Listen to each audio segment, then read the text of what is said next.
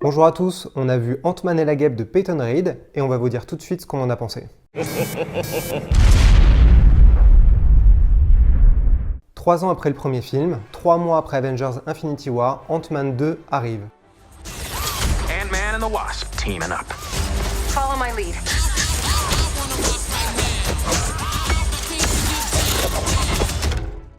Du côté du positif, on peut donner au film l'inventivité.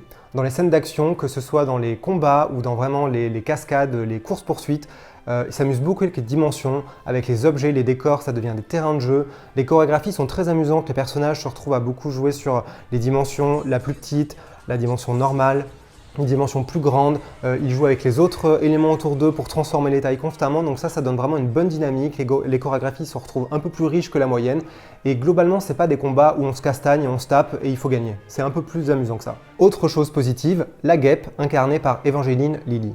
Elle est dans le titre et c'est pas un hasard, elle a une place vraiment importante dans le récit, et par rapport à Paul Rudd qui reprend un peu le même numéro que dans le premier film, donc il est drôle, il est charmant, elle a quelque chose de plus. Elle joue vraiment bien le côté sérieux, c'est elle qui est vraiment l'engagement émotionnel du film. Autre chose réussie dans le film, le personnage de Ghost, incarné par Hannah John Kamen, qu'on a vu dans Ready Player One.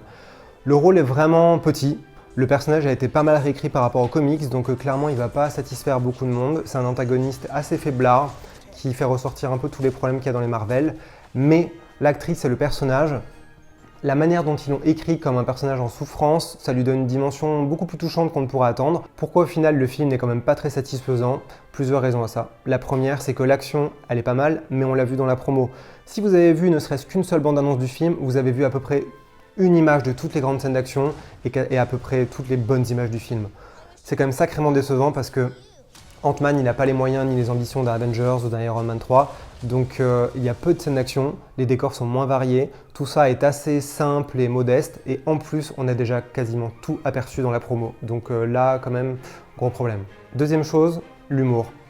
On peut dire que c'est un des Marvel, a priori, qui est un des plus ratés de ce côté-là, c'est un des moins équilibrés. On sent que Ant-Man et la guêpe, il essaie d'être drôle, mais à tout prix. C'est-à-dire qu'on a énormément de répliques, énormément de gags, énormément de moments qui sont coupés uniquement parce que Michael Peña ou un personnage arrive et fait une blague, arrive et coupe l'action, fait un commentaire et arrive vraiment comme un bouffon dans l'action pour nous rappeler que tout ça en fait c'est pas très grave et qu'il faut rigoler. Alors attention, c'est la partie spoiler, donc si vous ne voulez rien savoir sur le lien avec Avengers Infinity War, vous pouvez partir. Pour faire simple, il y en a à peu près aucun. Il y a une seule scène qui est une des scènes post-génériques. Il y en a deux, il y en a une c'est une blague qui ne sert pas à grand chose, et l'autre, la plus importante, et probablement une des choses les plus importantes du film, qui est donc le lien avec Avengers 3. On va pas décrire exactement ce qui se passe, on va laisser un peu la surprise, mais sachez que ça a une incidence vraiment moindre, que ça n'apporte rien de plus que la fin d'Avengers 3.